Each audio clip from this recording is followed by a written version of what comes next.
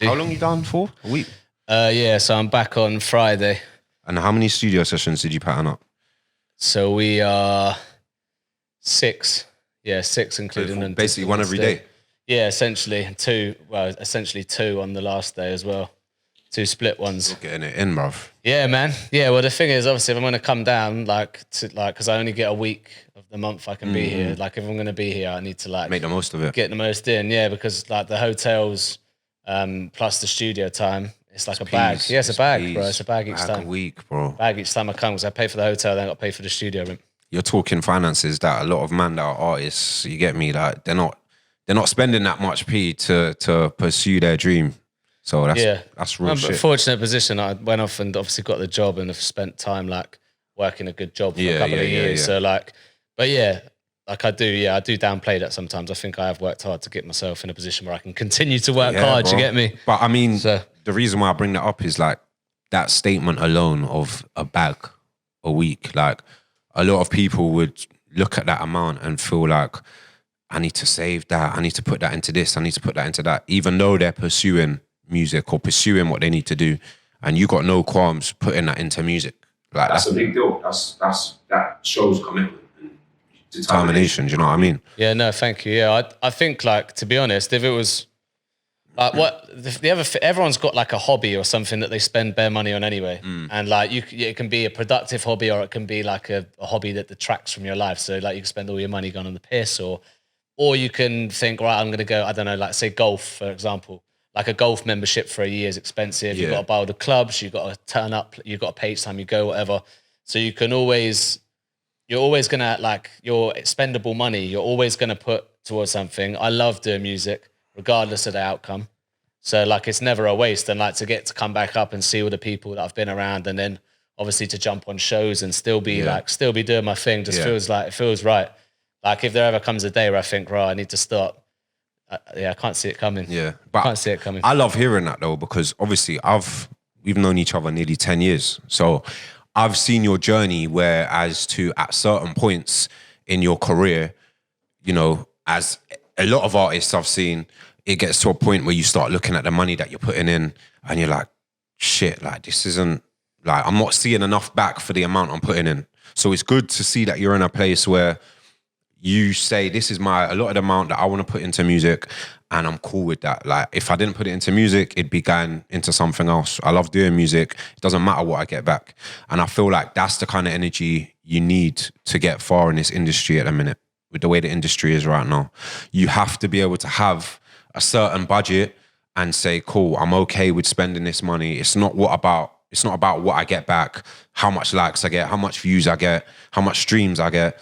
This is the amount that I want to use to fund what I'm trying to do with my life. You get me? So I rate that, man. And that's something about you.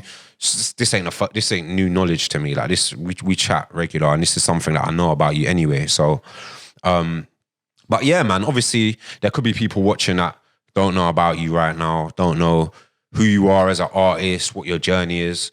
So I just wanted to have this sit down with you and go through some things and shine some light on you, bro. Because you deserve it. I'll be real. Thank you. You deserve it. Like the work you put in and the talent you've got, like I feel like I want to give my small platform, you get me, to you. No, you've done a lot for me. Like, it's not a small. You guys have done loads for me already. Like, when I first came up here and was finding my feet and trying to, you know, do my thing, like, you were the first people to put me in contact with people who are running shows. Obviously, I was in the studio on my own, so like to have like a group that would like listen to what you're doing and give you feedback and kind of guide you, and then recommend videographers or the right people to send your stuff to. Yeah. So man, it's not been small. You've done loads for me.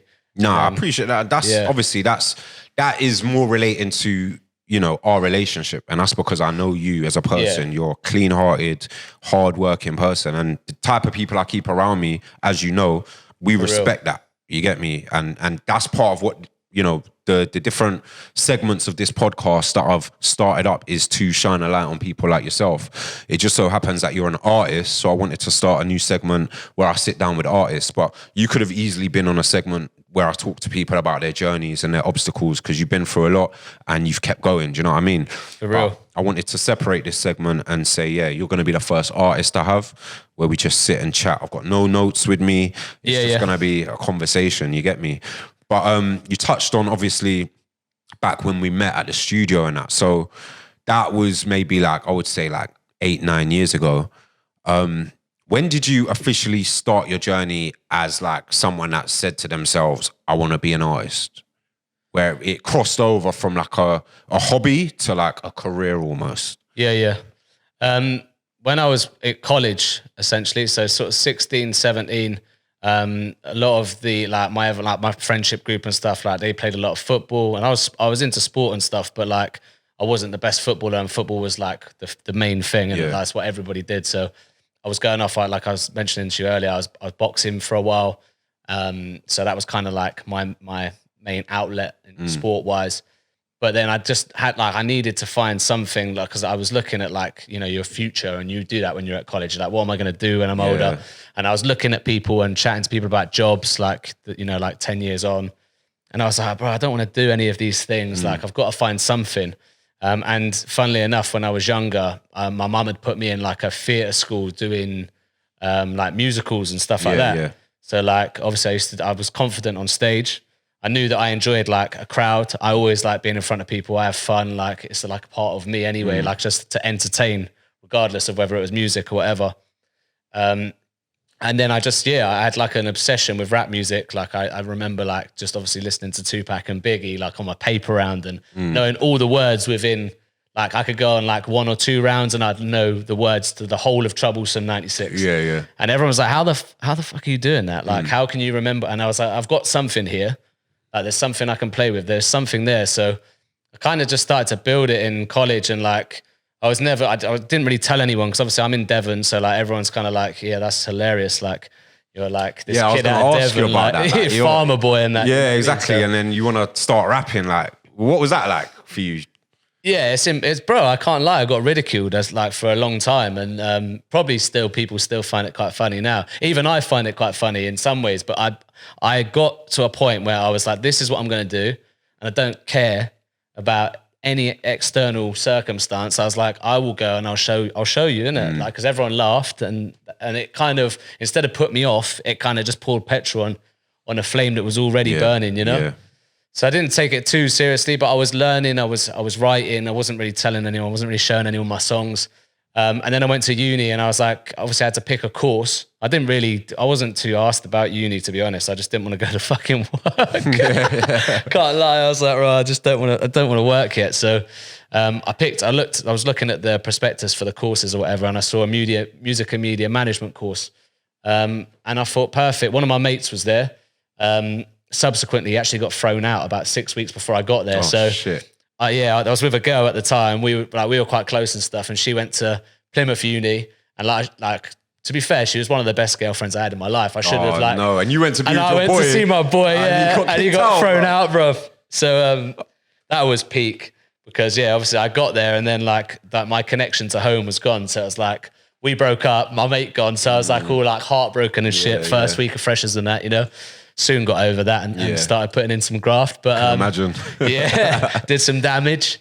But over that time, that's when it started to happen, because obviously I was on a music course. I was meeting people that were passionate about music, and like then I was like, there's an open. Devon's a small my when town. When you go uni, it's like everyone's from different places. It don't matter where you're from. It don't matter where you're from. Like, everyone connects over that bond over music. I'm talking because I did a music management course at uni as well. Oh, sick. And that's basically what it's like. It don't matter where you're from. Everyone just connects over music, and you have that shared kind of passion. So I can imagine that must have been refreshing for you coming from so Devon. Nice. Because like the Devon, like it's like this is you've got a trade, or your family got some dough, or like there wasn't really anything outside of that, you know what I mean? So like anytime I'd want to discuss like music, or everyone's just like, there's no interest, you know what I mean? And then I had this like campus of people that are all like probably come from like different places all over the UK with the same type of shit. So that was cool.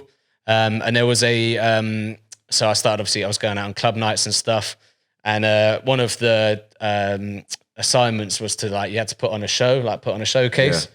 So I didn't know what I was going to do. And then one of the lads was like, well, you always listen to rap music, and I've heard you rapping, like you're quite sick. So they would put like hip hop instrumentals on at pre-drinks, and I just take the piss out of people.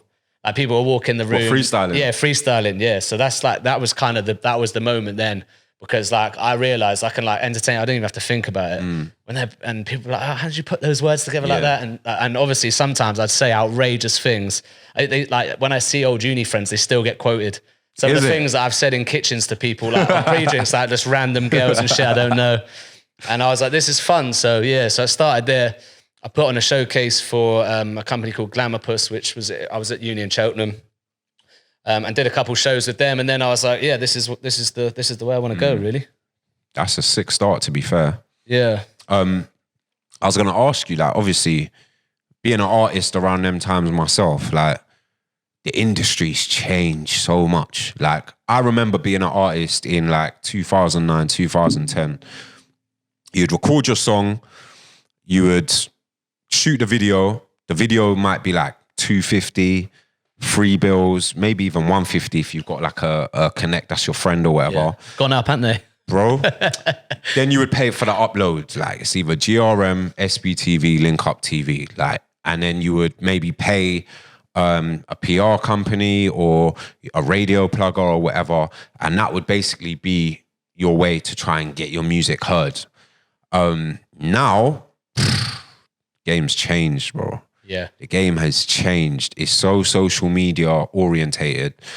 Like for me, I had to take a step back. I couldn't really I never wanted to be an artist that was only half-hearted, 1 foot in, 1 foot out. Yeah, for real, yeah. And my previous experience being an artist, it was like, it wasn't necessarily like, you know, this is what I'm going to end up doing, but my expendable money, like you are now, it was like, I got no issue with this guy into music. I don't care about paying these YouTube channels. Like, this is what I want to do. This is my passion. Cool.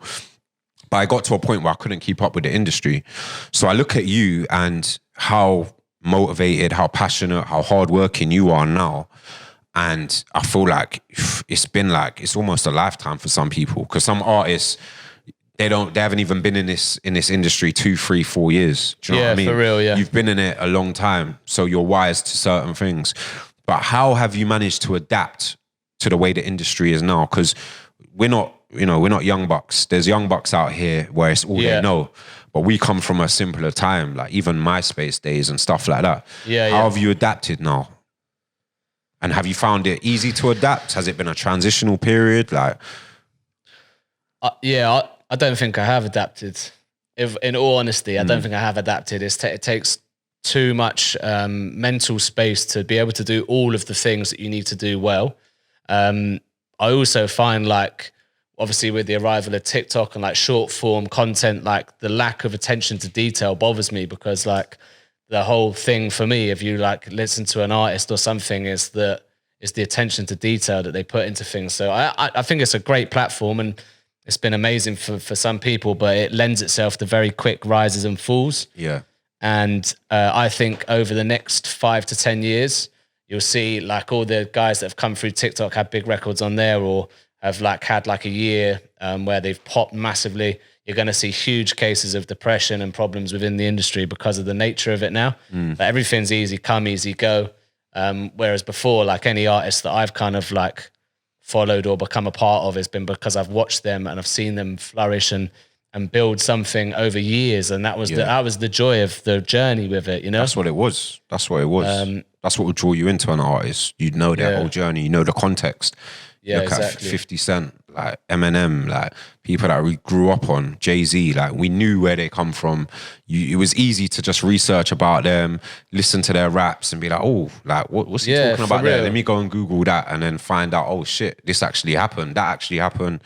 This was 10 years ago. Do you know what I mean? Things like that. And there was mystery then, bro. Yeah. There was mystery. Like there's no mystery anymore. And like, that's like the allure of stuff sometimes is like when like you don't know a lot. Like, but now like every 2 minutes, obviously everything's recorded, isn't it? So it's like, you know everything they want you to see or whatever, it just doesn't seem to have the same pull for the artist or the fan either, because like I don't become big fans of people now like I used to. And not by any fault of their own, just by the way of like the amount of overload, the amount of marketed and it's just like you're drowning in a swamp of like Everyone's like crabs in a bucket, like and it's an attention economy now. Like it's not got anything to do with music. Even if you look at the internet, the people who are most prominent on the internet are the ones who do the most outrageous shit. Clickbait and so it's no longer about the art of music. It's no longer about those type of things. It's about like how much controversy or how much what can you spark? What can you ignite? Can you like make people argue? Can you like talk mad shit about women or the male female dynamic and then you get eyeballs and it's like, am I like just to come back and answer your question? Am I willing to do that to adapt? Probably not. Yeah. Probably not. I just got to be real. I need to be authentically me. Will I continue to push what I believe to be the way that I want to do things? Yeah, I will continue to use the platforms for that. But I haven't adapted at all. But you see, like what you said there, yeah, I fully agree with you. But for me, like what the key is like you're someone where I know that you will appeal to a market between like, let's say 25 to 34, that age range. And we know that the industry is dominated by a much younger age range. So my thing is, how do you crack that older age range? How do you actually, because there's a lot of people that feel the way you feel. If you chat to anyone 30 plus, they're going to tell you similar things. There's some of us, like, I'm not going to lie, myself included, that do fuck with a lot of these younger artists and, you know, new genres like drill and stuff like that. For me, that come up with grime, like the genre of drill is exciting for me because it's like grime. It's like grime for me. Like, I've seen the emergence of it. I've been around for it. I've seen who started it. I've seen how it's been developed. You get different artists that have tiny little inflictions that are different from other artists. Do you know what I mean? But at the same time, if you chat to most people that are 30 plus, they're going to tell you a lot of these youngsters talk about the same shit, sound the same, and I get where they're coming from.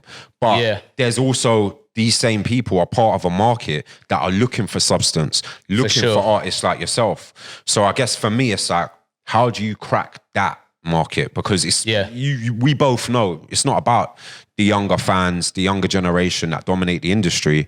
It's swimming against, you know, a much stronger tide when you have to market yourself to the older age range. How have you gone about that? Because I know you know that as well. Yeah, 100%. Like my initial comment was about about social media as a whole. Like in terms of like music and like how obviously the different genres and stuff are using it. I'm a big fan of drill. I bump drill all the time. It's not, and I'm a big fan of like some of the like you said, like you have playlists like we were talking about in the car for your different moods. Like when I'm in the gym, I want to listen to slightly like livelier, more aggressive music. I'm all over the place with my music, and like the way that those guys utilize the platforms is sick. Like you can't hate on someone else who's doing what I'm doing just because it's working better for them. Like that's the bottom line. Like it works better for them because they talk about things that are more relevant to their lives, which for my life it just isn't the case. However, doesn't mean that I don't have some, like you said, a message or something that's there for ever like people, but it's hard for them people to find you. And I think like that's the kind of point I'm at now. There's hacks to it. There's little ways that you can use these things now. And like, I don't just want the 25 to 35s. I believe I've still got relevance for even the, like all the way down the younger market. Purely because like, I was a fucking nutcase as a kid. I was all over the place doing I was like all over doing all sorts of things. I've had a plethora of experience and I can talk about that, but in a way that I'm not encouraging it, or I'm not going to say don't do things and don't, because you have to. Like, I wouldn't be able to carry on doing what I'm doing if I hadn't done those things or been those places or whatever. But the way that it's set up now, I feel that it's set up now, is it's set up for you to glorify that specific thing. So like, I'm trying to use a good example of it. I think like Jake Paul within boxing is a good example. The fact that Jake Paul's obviously the biggest earner within the boxing world at the moment, but he's not a boxer, or he is a boxer now, but after 4 years as a YouTuber, and just uses controversy. He some of the pranks and the way that he treats people is horrific. It's what got him big. But it's got nothing to do with him boxing. Because like, all jokes aside, if you stuck him in with a half decent boxer, he's getting wiped out. So that's the difference. Like, And if I can revert that to like myself as a performer, if you come and see me live on stage, you get a hell of a show. Yeah, your live show. If you come and see some of the TikTok guys on stage, they can't even look the audience in the eyes. Yeah, so that's the mix. Like that's, if I can explain it like that, that's where it feels like everything is. It's easy when there's a phone in front of you, or for that generation, I suppose, or who's been raised on it. For me, it's not. I find that very difficult, but I find real life easy. But you do that with the phone in front of your face. You do it well, to be fair. Do I? Because it feels horrible. When you do it, it doesn't feel like it's forced. I know you, so I know you don't want to be doing it. Yeah. But just as like someone on your social media that follows you, it doesn't look forced. No. But I wanted to ask you, like, because you mentioned about how a lot of artists these days, they glorify certain things. And you've done a lot of wild shit in your past, but you don't necessarily want to glorify it. But do you feel like there's a stigma because you're from Devon? Like, no matter what you say, people from London or wherever are just going to be like, oh, well, he's from Devon. Like, and kind of like just sweep all of that under the rug. Because I feel like that's quite unfair. But at the same time, I understand how a lot of these audiences' minds work. And when they look at an artist and they hear what they're saying and talking about certain things, they're going to make certain assumptions based on what they're wearing, what area they're from. Do you know what I mean? Yeah. Who's around them and whatnot. And then you might see some guy who's a sick rapper talking about similar things, but not to that extreme. But then here he's from Devon, and then just be like, oh, well, do you know what I mean? Do you feel that stigma?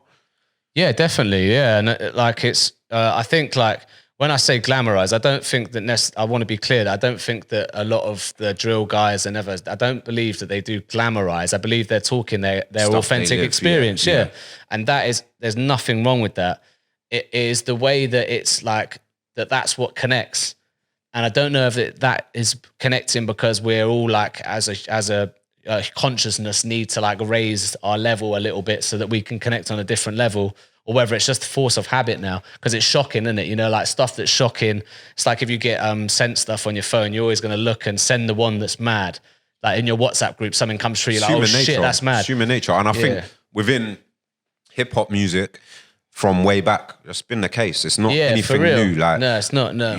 When 50 Cent first popped up, it was, he's been shot 9 times. That was the main thing. That was the thing that you knew. That was what they marketed. Yeah. It's not a fluke. It's because these are the things that really draw people in. Yeah, for real. So I think swimming against that tide is something that's very difficult in today's day and age, even more so. It's hard. It's hard when you're like, because I love the genres of music as well. And I believe I carry myself very well on those records as well and those beats. So I don't feel like I'm out of my depth in terms of rapping, like bar for bar. If you put me with one of the artists, I don't know, like who's relevant at the moment, I don't think I'd even slip a word on a beat. So I think it's not like, but I don't want to, like I could talk about things from, like you said, from Devon and stuff that happened when we were younger. Because there was some horrendous stuff, and I saw worse violence in Devon than I've seen when I've been all over the world. And just because it was pub culture, it was like you had straighteners, like that was how things were. Like, and we were fighting adults when we were 15-year-old kids. You know what I mean? And I thought that was normal. So I grew up like in a lot of violence and stuff. But it's like, do I really need to talk about that? To like, I don't want people to think that's cool. I thought it was cool when I was younger. Yeah.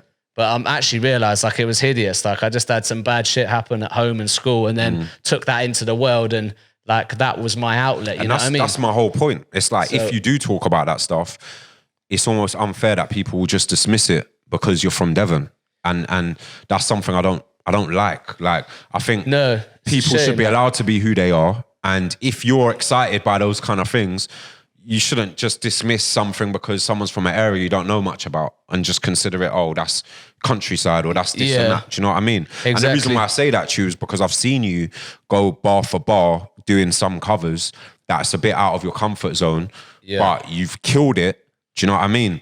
And then I've looked through some comments and it's just stupidness. But it's because I know these audiences, they're not necessarily the type that can actually dissect the fact that this guy's talented.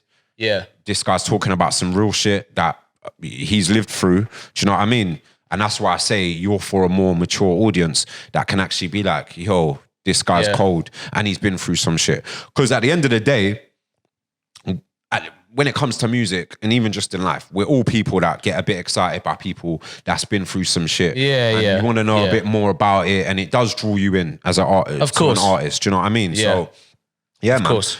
It's the gap between, like, for me, just to close that point off, because it's a good thing to talk about, because it is one of the things I think like follows me round like a bad smell as an artist. That's why I want to ask you about it, bro. It does. So like, it's the trying to find a balance of delivering something conscious but still within the same genre. That's tough to do. Exactly. Because like, you're not going to be received doing that. And I understand that now. And I've tried to do it. Obviously, like, everyone's learning. I'm learning every day. I'm just experimenting, trying to find my lane.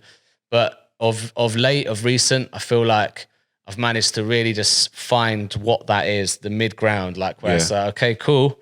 So, and I've began to attack those beats in the same style, but like not be so angry or have to like feel like I'm trying to get anything across. It's much more calm and composed now. So I'm enjoying it again. Good. Yeah, I'm enjoying it.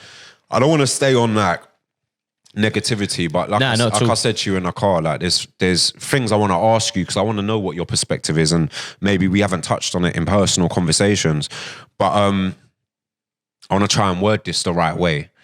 But I feel like, so as a black man myself, I can go to certain places and based on my appearance, be treated differently. And that's worldwide, right? Yeah, that's a fact. Yeah, no doubt. For you, as an artist, you're always going to be compared to other white rappers. Now, I'm not saying those two things are the same because, it's much more extreme on my side of things.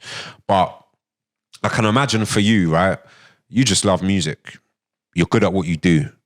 You want people to take in your music. But you get into conversations with people, you're getting your music about, and you probably come up to comparisons with people that sound nothing like you, but they're in an industry where, you know, white rappers aren't necessarily that common. So it's a bigger deal. Now, I see that as a gift and a curse in certain ways, because as a culture, I've noticed that when a white rapper pops up that can kind of do things that you wouldn't expect someone to be able to do in our culture, you know, it's very much like, oh shit, this guy's a white guy, but he's got rhythm, he can rap, he sounds just like my man over here, do you know what I mean? Yeah. And I feel like we propel that. And it's not every single white rapper, because a lot of them are just shit. But there's some that can, you know, do a little 8-bar, 16-bar, and it have a bit of rhythm to it. It's like, yo, this guy's cold. And there's some that are actually cold as well. So for you now, like, how do you deal with that? Because I know what it's like as a black man having to deal with certain things just in everyday life. And you're a white rapper in, you know, a black scene, a black culture. Yeah. And I feel like, you know, maybe people will look past stuff you're saying and just focus on your appearance. And I can imagine that being very annoying just coming from the perspective I'm coming from. But I want to hear it from your perspective. Like, what is that like? Especially you've moved from, you know, originally you'd moved from Devon into London culture as well. Yeah. What is that like for you? Is it annoying? Like, you over it? First and foremost, like, it's black culture. So like, I have the utmost respect for that. Like it's something that I love and adore. So like, when I first came to London and tried to figure out how I would fit in and around it, it was just a case of like, I've got so much love for this. Like, so like, because obviously I'd go home and the lads be like, you're brave, you are, like, going and performing in places like where you're sometimes the only white person in the room. And actually it was because like, I thought if you can see like I'm show this much love and respect for it, then it will be received well. And then obviously over time, I've realized that that's not always the case. People are ignorant. Yeah, but it's ignorance on both sides. And to be honest, like, I've made a conscious decision to come into that world. So like, I have to respect the fact that that's the necessity. And until I prove my worth in that world, I understand that I'm going to get that, you know, but rest assured I'll prove my worth. Yeah. I believe it. And it's all love. Like, it's always been love for me, and I just want to continue to learn and grow and to be able to be a part of the culture. You know what I mean? But it doesn't take anything away from the fact that sometimes it is difficult. That's the diplomatic answer, but it pisses me off, bruv. Like, as your brethren, it pisses me off, like, because you get me, like for me, it's just like, yo, music's music. You get me? Yeah. At the end of the day. But I can only begin to imagine the way that is on the other side of the fence when it's got fuck all to do with music. So like when everything's like that. So like, how am I going to complain just because of? Of course. So I just think, you know what? Like I've picked this. This is the route that I chose to go down. I continue to work, build, get better every time. It's like, oh, your flow sound is, and it's coming, you know, and it will take time to get the respect of the culture, I'm sure. But yeah, I'm not going to grumble about it too much because it's a privileged position to be in the first place. So I'm just happy to be here doing it. I love the culture, and to be honest, like I'm here, like today, like obviously with you boys, like. Out of Too Rare to Die, it was just Monroe Joe, wasn't it? He was the only other white guy as well. Yeah. But like, it was open arms, bruv. I came into the studio, like you come, sat down, listened to my music, which was probably whack at the time, but still gave me the little bit of like.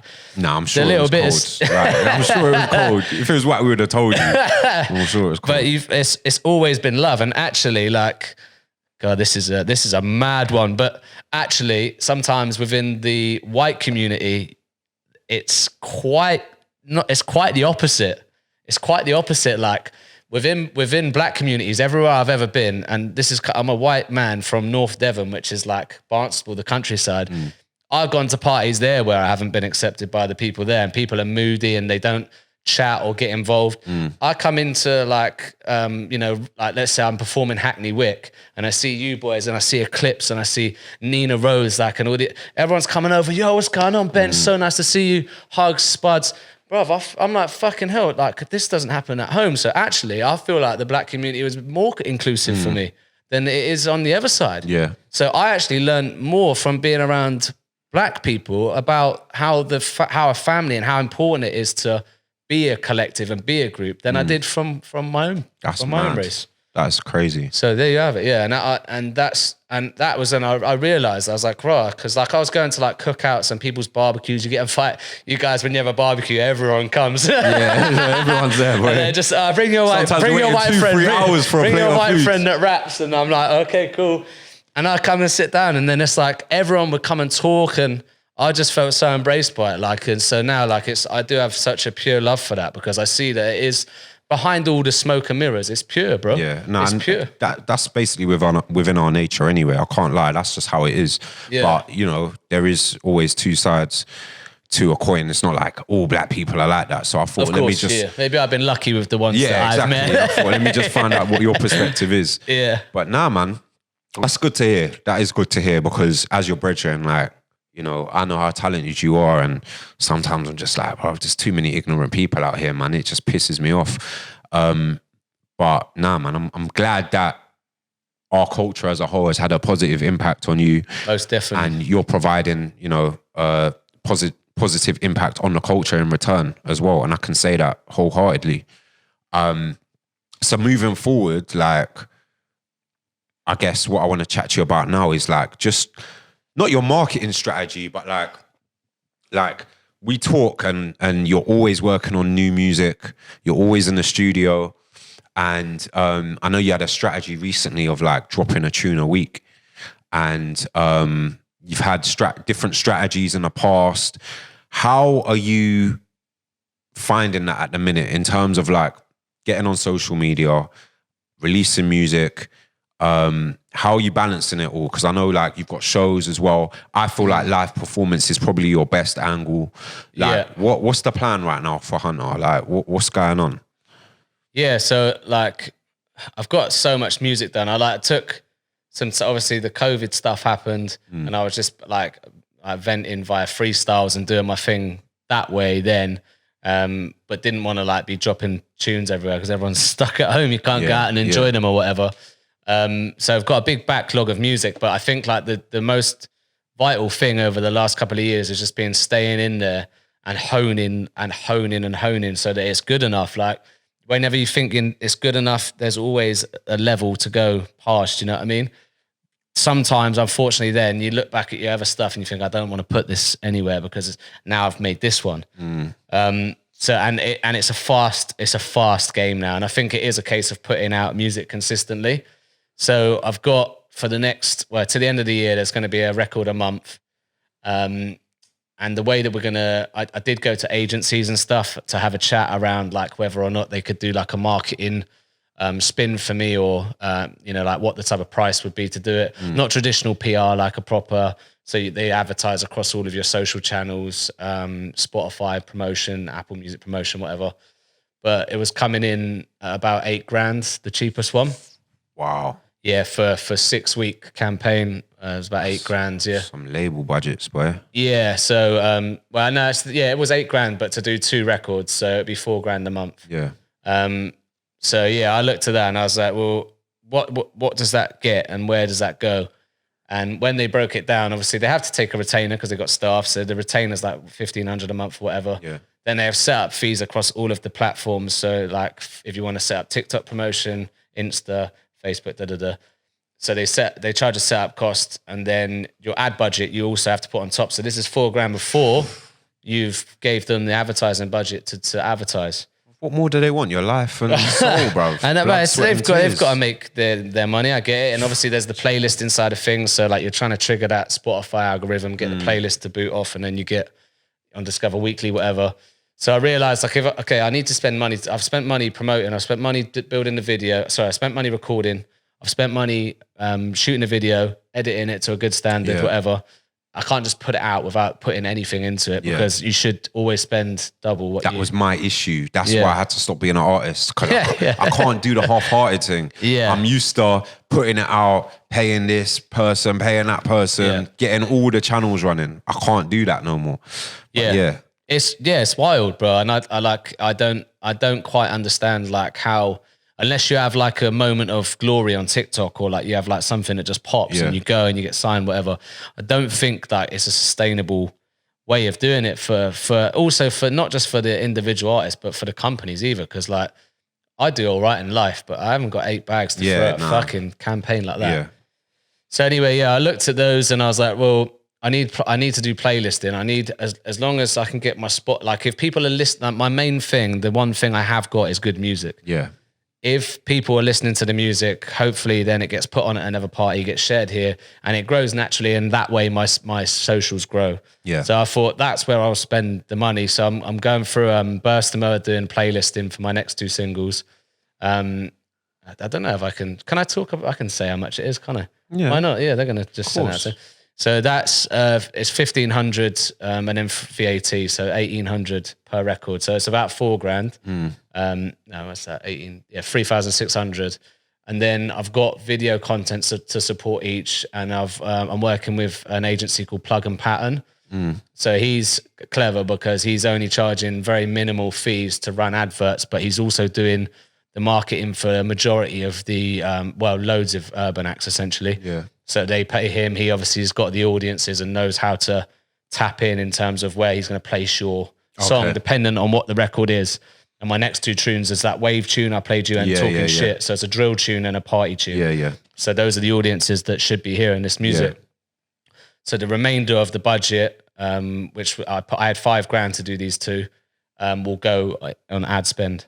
Then what I'll do off the back of that is probably look at the results from that and see whether or not I'm willing to throw money that route again, or whether it's best to save up for a bit.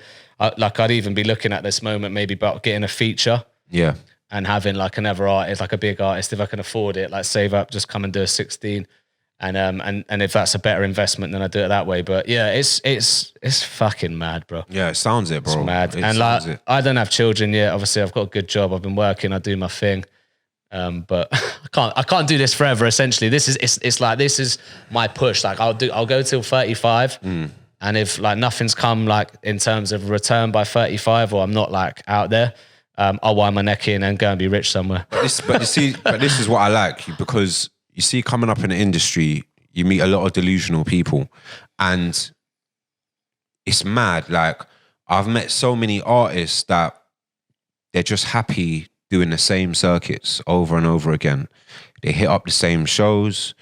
They hit up the same YouTube platforms, and some have even been pushed to pay for YouTube views and things like this. Yeah, yeah. And it's like, it's a form of delusion. Do you know what I mean? Yeah, yeah. And these people are all good. They're ego metrics, those view things and stuff. Listen, They're people are metrics, all good people and stuff like that. There's nothing, they're not bad people, but it's like the music industry sucks you in to a point where you start to just want the dopamine. Like the likes, the views, people to say, yo, you're sick. 100%. And nothing's actually amounting to anything. And at some point, I feel like if you're not delusional, you have to stop and assess and say, 100%. All right, what do I need to change? Is this worth me pursuing 100%. My whole life towards? Do you know what I mean? 100%. And with you, like, I feel like, you know, every conversation that we've had, like, I've given you my honest opinion on things, and it's always been very simple. Like, it's never been like you've said to me, oh, nah, like, I'm going to do this and et cetera, et cetera. Like, we've talked, and there were times in your career, on your journey, where, like, you were maybe, you know, like, yeah, I'm going to do this drill cover, I'm going to do that, I'm going to do this. And I might have said to you, but I feel like your market's here. This is hard, but your market's here. Focus on this. And it's to a point where, like, every time I speak to you now, it's like, you've got things in place, you know where your audience is, you know what your strategy is.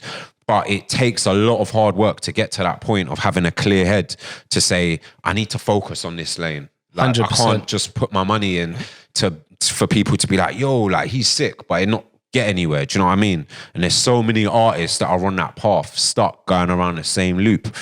So I rate that, man. And you touched on like a couple of things there that's majorly important. Like, forever, this is the one thing I actually did want to get. I didn't think of like what I actually wanted to communicate in this conversation, because I knew me and you were just neither have I, bro. I'm going off the whim here. Yeah. So, but this is really important for, like, if there is ever artists and stuff listening to this. So like I said at the start, the fact that you ridiculed for so long, and like you get this gasoline poured on you, and you're just like, right, that is it. I'm going to show everyone.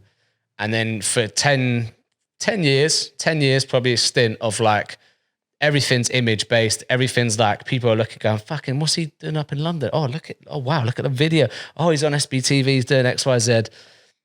All of that was purely ego metrics, because I wanted everyone to think I was doing amazing things. And I was really doing great stuff in terms of like the actual work and putting in the graft. I was doing the legwork or whatever, but that was the complete wrong way to look at it. And like, the whole part of the journey now for me has been like, probably until just after COVID, I had a bad relationship. I was mentally in a very, very dark place. And it was because of this character that I'd built and put out in the world on social media, this persona that had nothing to do with who I actually was. Like, well, it did have something to do, but it was a very like enhanced, you know, picture of like happiness surface and level. Yeah, surface level. And I was very unhappy in lots of ways. So I had 2 years out, and I've had my head down just working on myself and trying to like understand myself better, because truth be told, I got lost in the sauce. I got lost in the sauce. I got lost in because obviously Insta and stuff came along, and like, you have a couple of big things that you don't realize what it's doing to your brain. You don't understand that you're like getting conditioned to behave a way. Yep. I've always been a level-headed, very strong individual in terms of like, when I set my mind, if I don't want to do something, I don't get addicted to things. I can always pull myself back. Yeah. That got me. So like, if there's people listening to it, that messed with me. It gets everyone. It gets everyone in the industry. And it's taken, and it still does. And this is why I like returning to them, and why I have such a spite for the things, because that is the music industry. Like, okay, cool, it's a business, I get that, but there's also so much more involved in that when individuals are doing this stuff. And I was talking earlier today to D about label stuff, like not having support for artists when they get like they blow up massively, but there's no mental health support, none of these things, like the pillars that are there that need to be there to like make sure the foundation stays strong. And I'd have thought you'd want to protect an asset, you know what I mean? So like, for anyone who would listen to this, or I would really just like you have to approach these things with caution, because like, you can get wrapped up in it. And I'd be lying if I told people I hadn't got caught up in it. So I just wanted to make that. And but on the flip side of that, at this point now, because I've gone through that cycle of really learning about myself. Yeah. It's easy now, but it's you have to be careful. It's dangerous. That's why I rate you, because it takes a lot of these artists still haven't realized it, and maybe have been in the industry making music 6, 7, 8 years, and it's still the same loops, the same cycles. And my thing as an artist, when I was an artist, was every year. You're still an artist. Ish. One of the sickest as well, by the way. Ish. One of the sickest. Nah, ish. But I appreciate you. One of the sickest, bro. I love your stuff. For me, like, it was like every year was based on progress. It was like, I need to progress. It's not about an end goal, but it's like, I need to step it up every year. And there's a lot of people that they don't step it up every year. And it's the same stuff every year. It's like, what way have you changed this year? What are you doing different now that's going to bring more people into your music? Yeah. And you're going to go through it regardless. Yeah. So like you have to, what you're going to do, go through it and then just stay on. It's like when you play a video game, you don't beat the boss and then go back and play the same mission. Exactly. So you're gonna get like, unless you're really lucky, and I don't actually not even really lucky, because if you do just blow on one tune, you'll be gone by tomorrow. Yeah, but that's the younger generation. That's that audience. If you're gonna blow off one tune, you're gonna have to jump on TikTok, do a little dance, and play that avenue. You have to be a circus clown. Exactly. Almost, exactly. So like you're gonna go through it, but what you said's crucial. Like each time, just pick yourself up, think, right, what can I learn here? Like, and they're going to be bad things, and people are going to snake you, and you're going to lose money, and you're going to have all your this is just in music. And then your personal world's going to be falling apart all around you while you're trying to do it. And it's fucked. But there's the silver lining, is that as you go each time, you're becoming you're becoming something that's worthy of admiration, as opposed to like just expecting admirers. Yeah. Do you know what I mean? Like over time, that's why people are fans, because you've gone through this and you've learned, and then you tell your story to them. It's not a case of, oh, well, you just put your thing up quickly and there's no substance behind the person. Yeah. So you're so right. And that's how I've reframed things for me now. It's like, I don't care where it goes. I'm just going, and I will become the best musician I can be. And I will give my best to the world in terms of what I can do. And I'll leave the rest up to the big man, because it's not my business. But even for yourself, like, I would say you actually have substantial achievements, like compared to like a lot of the artists at your level, underground, trying to make it to superstar status. You've actually hit a lot of achievements. And that's why I feel like that should help you to kind of stay like level-headed and understand, like, you're not one of these deluded artists that maybe just go around the same circuits. You've stepped it up year upon year upon year upon year. You went from, you recorded at Abbey Road Studios. Yeah, that was mad. Yeah, I remember you telling me like the last person that signed in before you was there was Ed Sheeran. Like, you're signing under Ed Sheeran's. Do you know what I'm saying? Yeah, that was wild. You performed back in Devon for was it the New Year celebrations? Yeah. Top of an open bus. Yeah, did the countdown. So all these people that might have been ridiculing you from your hometown, you're coming back and fucking performing, spraying champagne off the bus at them. And that. Do you know what I'm saying? Like, bro, these are big deals. You linked up with Elro, who a lot of people I know through SBTV. I used to fuck with Elro hard. He's cold. Yeah. He's fucking wicked. Yeah, he's sick. And he's a wise guy as well. Shout out Elro. He's been chatting and he's been giving you some... Wise guy. He like went through it. He went through his own personal shit, but he's very, very down to earth and just a sick guy. So yeah, big up Elro as well. Yeah, man. And then obviously, can we touch on recent affiliations or... Yeah, man. Yeah. It's a good time to, I suppose. Like, why not? Yeah. So obviously you're just in the studio with Deneo. Yes, yeah. We first spoke on Instagram like over the lockdown. Well, I say we first spoke, then actually it's a lie. I first starred as an actor in one of Deneo's videos. You was in a Deneo video? Yeah. Which video? It's called Gone in the Morning. It's a dance tune. Was that the first time you connected? That's the first time. I don't even know if you remember. I didn't even bring it up today because I didn't want to think I was a backup dancer in the thing, and now I'm on a tune with him. That is cold. Now that's cold though. To go from being an extra in a video to patterning up with him. So this was like this was like years ago, probably 8 years ago. And then over the lockdown stuff, they're putting challenges out, and he had a tune called Vancouver that came out, which was sick as well.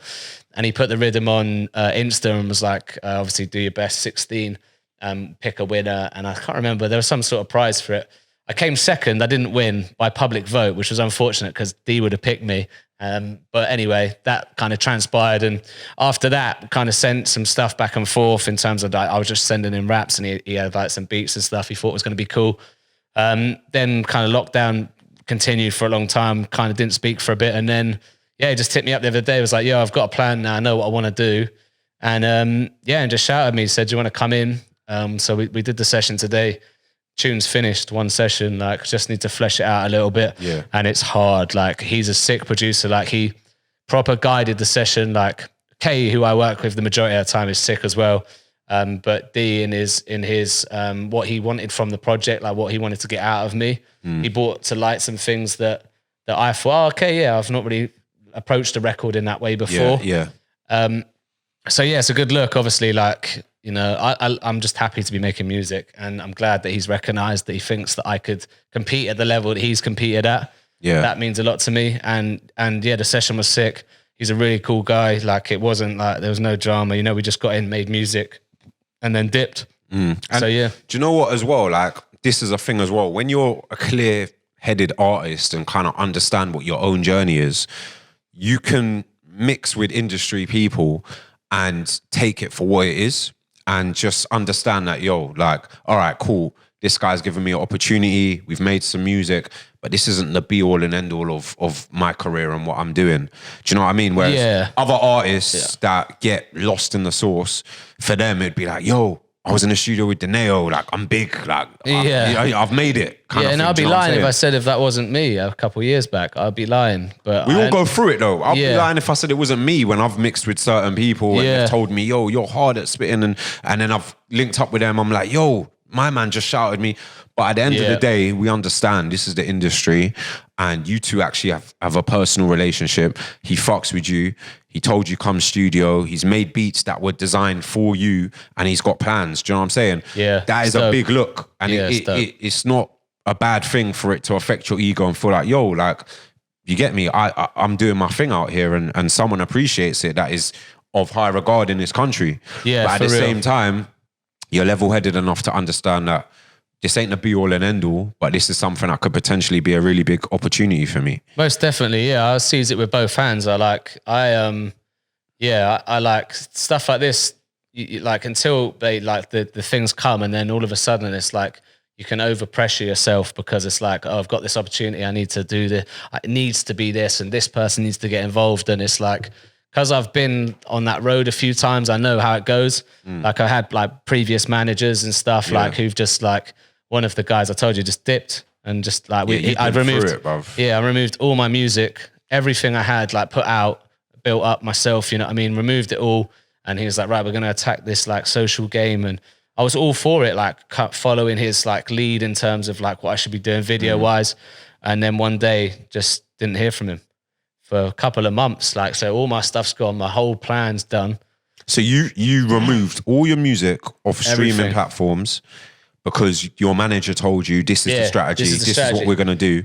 And then he just dipped out on you for months. Fucked off. Yeah, went to it. And then the maddest thing is it's stupid when I think about it. To be honest, like, I got to take some accountability for it because I allowed someone to behave like it to me. And I've realized that's something like boundaries and setting things with people and understanding your own, it's corny to say, but your own value in some things. It's really important. I didn't have a lot of self-worth. I just was like, someone listen to my music, someone give me an opportunity. And I realized what a weak position that is to come from. But yeah, he dipped, and then he texted me maybe 6 months later. So obviously by then I'd been like, right, back up, pull your shocks up, get back to work. We're going to rebuild, whatever. And then he was like, yo, bro, sorry for the radio silence. I moved to LA. I'll give you a call in a week. Right. Radio silence for 6 months. And then didn't even call the following week, G. So it's like, a joke. Yeah. So like, whatever, like, I'm not going to mention names or whatever, but that's a madness. And he's like, well, you know, pretty well known. Things like that will drive some of these artists I'm chatting about insane. Like, this is what I'm saying. Like, there's a lot of people out here that you know, they rely on people like that. Yeah. Because they're not confident in their own journey. 100%. And I did. And I think actually he's done me a gift. And a lot of these things have done me gifts because like now it's the only person you can truly rely on by certain real close is you. And like when you go into conversations thinking like that, as opposed to like, oh, I can sit back for a bit now. This guy's got me. Yeah. They don't. You can't ever. You got to just keep, okay, cool. If this is like our arrangement, that's great. But I'm going to continue until otherwise said. And you need to have good people around you. But in order to have that, you have to command respect. And I didn't command enough respect. And that's something I learned. And I continue to work on now. That's a valuable piece of advice. Like, I feel like we're touching on a very valuable point here because as artists that are kind of like trying to make it to a certain point, you come across people in the industry that you feel like can help you get to that point, and you will lower your self-worth. You will come down and kind of like put trust in people that you don't know from anywhere, but you just know their credentials. You know who they're linked to and this and that. And this is something that a lot of artists face, artists, and not every artist can recover from something like that. The person going missing for months and you've taken all your music off DSPs. That's not something, do you know what I mean? Like, if that happened to me... It was wild. Yeah, it was wild. Like, I'm not going to lie. So... those 2 years was like... I can't explain the turbulence like from it because I was up here. I moved into that house with my ex or whatever. That didn't work. That was a nightmare. Managed to we've been together years anyway. I thought, well, I'm going to have to go home for a bit because I can't stay in the house. So I've packed. I didn't want to leave London. I was like, all my music's here, all my everything I've been trying to build's here. So I've left that, ended up in another bad situation with a bird where I was going back and forth from Thatcham to London for studio sessions all the time. I had a literal nervous breakdown, bro. Yeah. I couldn't sleep. So I'll be doing sometimes 2 to 3 days, no sleep, no drugs, no drink, no nothing, healthy life, but just my body would not switch off. Yeah. So I'm going through this. At the same time, I was in studios doing live sessions with full bands. Was that when you had that? You couldn't sleep. Was that the same thing? Yeah. I remember I left that session. I had 2 nights no sleep, and then I came in and we recorded one of the records that's coming out soon. Actually, Hurt People, which was all about the situation I was going through at the time. Yeah. So I had a full band choir. So we recorded everything live, and there's a live session online. You can go and see that. But if you go and see that, you'll see in my eyes, I hadn't slept for 2 days. I was hearing voices by the time I was going home, hallucinating from tiredness. But all that time, I'm in the hotel room. All my music's gone. My relationship's done. The Everbird I'm with's nutty as well. So that's just the madness, which was my own fault as well. I take responsibility for it. And I'm going back and forth to London in travel lodges. So I'm on my own the whole time. This is that's the level of push that I had. I was like, you don't stop. And I had to. And I've had to stop, wind my neck in, sit at home, settle. And actually, because I got so wrapped up in music, I forgot about the good things about life. Yeah. My family's there. I've obviously met an amazing girl now, and being back around the people that are that actually care, that want me to be okay and just care about the days when it's bad. That's so valuable for anyone else that's ever going to go into it, because it will get shit. And if it gets shit and you're all over the place, I was close to going mad, I think, at points over that year. But all of that has helped come and streamline. And then you now, when going into the opportunity I had today, for example, obviously I was a bit nervous yesterday and a bit apprehensive and stuff. But it was this is not, I go home and there's people that care about what I'm doing and love and support me. So okay, cool. It's a big draw. It's a massive opportunity. But I've worked for years to get there. I was going to say, you think about everything you've been through. Yeah, so what's this minor? Okay, exactly. Cool. I don't like the tune. All right, sound. I'll see in a bit then. Exactly. But you'd only get that on the other side of the want for stuff. And I don't know, everyone's journey is going to be different. That's the attitude you need to make it, though, in my opinion. That is the attitude you need. What's your biggest stream song? Is it Hope? Still Hope, yeah. It's Hope, innit? Still How much Hope. streams is that on? 130,000, I think, now. Yeah. Yeah. I'll rate that. Second is Cold Cold. And the third is Cold. So UK. Cold is cold. Cold is cold. Cold is cold. I'm not gonna lie. So UK. Nah, man. Yeah, but anyone that's watching this that hasn't heard of Hunter, definitely check Hunter out on DSPs, Spotify, Apple Music, TikTok as well. You got some videos on like a few 100,000 views. Yeah, a couple of your black box as well. Check Hunter's black box. Cold. Yeah. Cold. Your black box is legendary. Slyly, if they ever do like legendary black boxes, yours has to be up there. That's a really funny talking point because obviously I turned up to that black box. I come straight from work, bro. That's what made it. You're in your work clothes. Yeah. That's what made it. So I'm telling you now. I got a trench coat on, and obviously I've got in there, and everyone's looking at me like, "Who the fuck is that?" They're like, "Is that security or something?" I was like, I was a bit bigger at the time as well. I was a bit chubby. Yeah. And I had like a big long jacket on, like a shirt and tie and a jumper. And I was walking around. Everyone was like, "There must be security." And then I was like, "Play the tune." And obviously I just went off and everyone was in the room like, what the fuck just happened? Like, it was dope. You killed it. It was dope. Yeah, that was such a weird experience. But yeah, I'm glad I've done that one. It's like one of my favorites to look back on. Bro, it's all moments of your journey. It's like, it's like your back catalogue. Yeah. Things for people to look at and see your journey. Do you know what I'm saying? It's like touching on what we're chatting about artists that just pop up overnight. They ain't really got a journey. But we all love artists that have a journey. Do you know what I mean? Yeah, even Central C, like I can't. He's smashed it. Yeah, he's not someone whose music I'll be like, yo, the latest Central C's out. But you know, he was making music from when I was making music. Yeah, he was doing link up street heats from when I was link up street heat. I remember him. He's been about. He's been about. Obviously, he's a different kind of artist now, but we love a journey, man.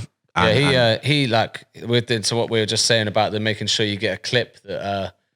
Or a talking point. That first lyric of that new Doja Cat record. Yeah. He's got a few standout lyrics. Genius. How can I be homophobic? My bitch is gay. What a lyric that is. Yeah. That one, like sometimes I hear lyrics and I wish I come up with that one. Yeah. That's like one of the ones that's like, God, someone got there before me. Yeah. Nah, man, he's appealing to his market fully, man.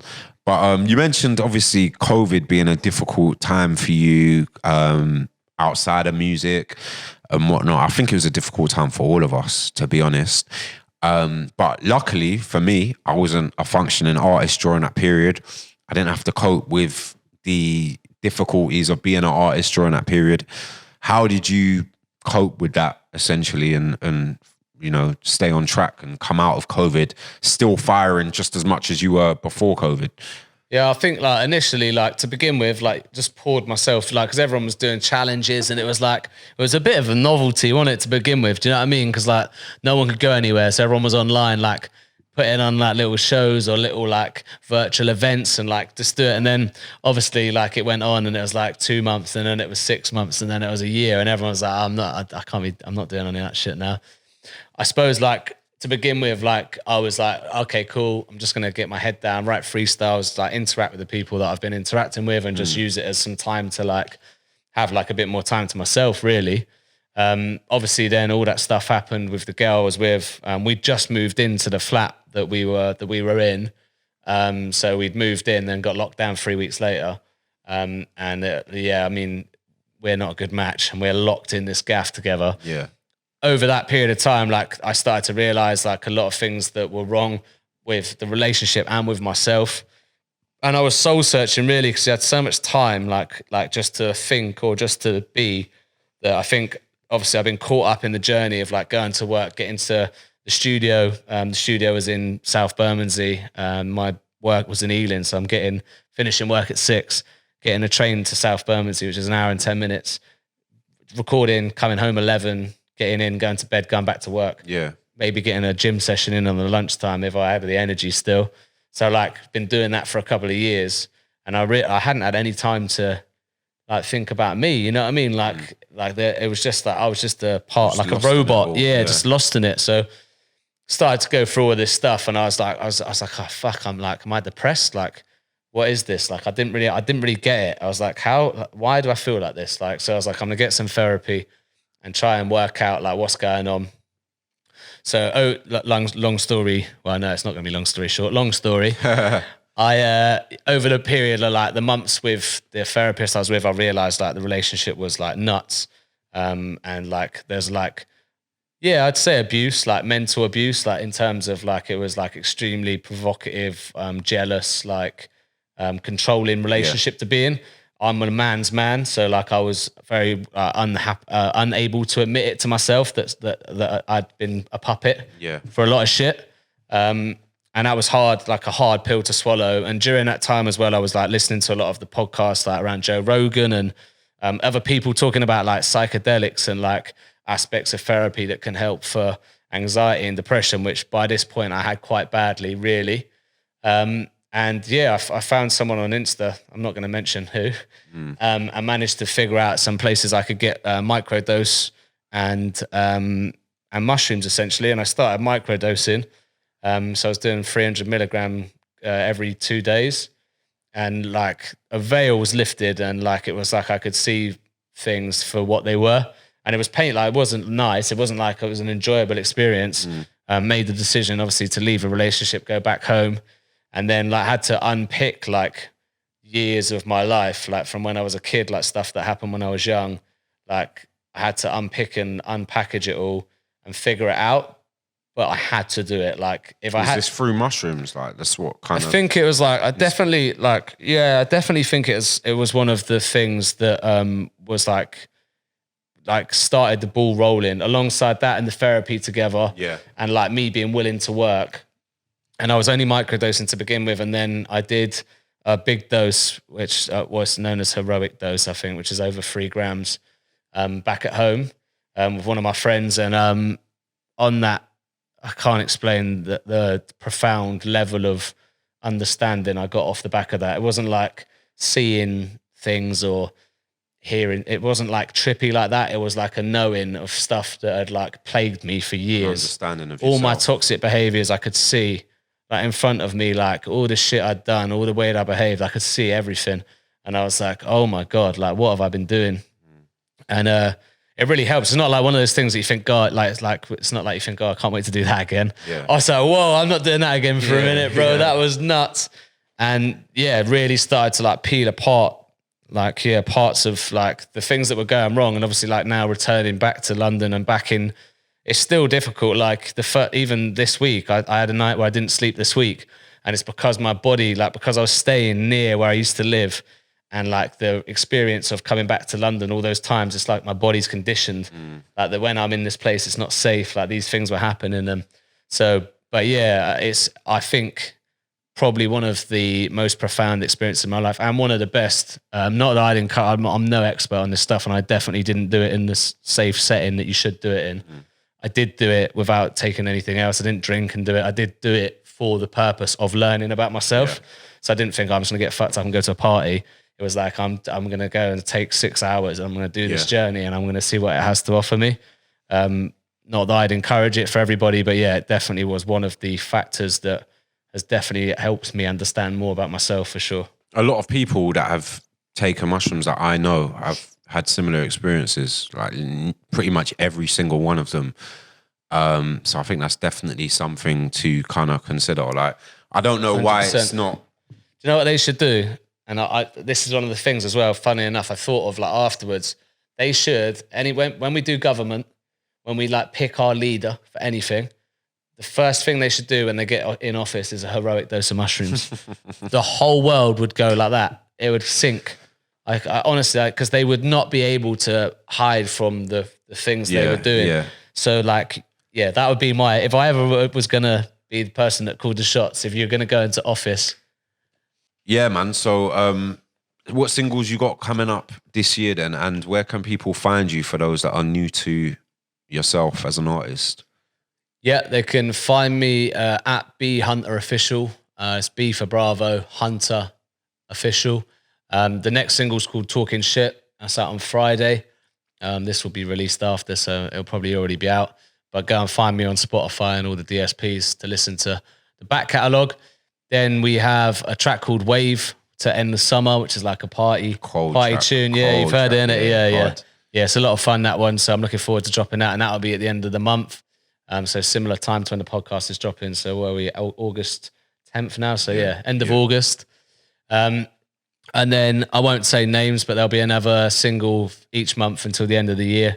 And then I imagine you'll hear from me and Daneo either November or January, depending on which tune we start the year off with. Heard it here first, way. Yeah, so yeah, please do go and have a listen, follow me up. We're just getting started, so it'd be good to have some new people listening to what I'm doing. Nah, man, I appreciate you for coming being my first guest. I don't know what I'm gonna title this yet, but you're the first. So nah, man, I wanted to have this chat with you. I respect you. I rate what you're doing. I rate what you've been doing for all these years as an artist myself, former artist. I know what it takes. So yeah, man. More blessings to you on your journey, bro. Thank you, bro. Thanks for having me as well. It's sick to be here. Of course, big up the bro. Too Rare boy. I've got a new top The today latest from drop the boys as well. yeah. TooRareLondon.com. You know where to go for the drip. It is the bollocks as well. They do some nice bags and stuff as well. So do get some Too Rare today. Is that a nice because fit, it's lovely. yeah? Yeah, man, feels good. It's a nice little summery blue colour as well. Yeah, I'm a big fan. I didn't pay him for this promotion, I promise. This is He didn't. genuine. I normally have to. It's genuine. To be fair, this is the first one that you've I buy them normally, isn't it? Yeah. I do love the Too Rare stuff, yeah. so I would have happily bought this one as well. But I've been lucky enough to get a gift, seeing as I've come to it today. I got you. Yeah, But yeah, sick. man. Hunter. Follow us up. CSWS Pod. L Martin Too Rare, and we're out. Peace. I'm a 90s survivor, 8 beers for a fiver, pull another all-nighter. When we head to the rave, you don't ever wanna be the designated driver, and I don't wanna be either. Made money from the mic to the phone, now I pull up on stage and I shot my saliva. I remember when I couldn't get paid for a verse, now I'm ordering weed on my rider. I remember when I couldn't get played in the club, now they're calling me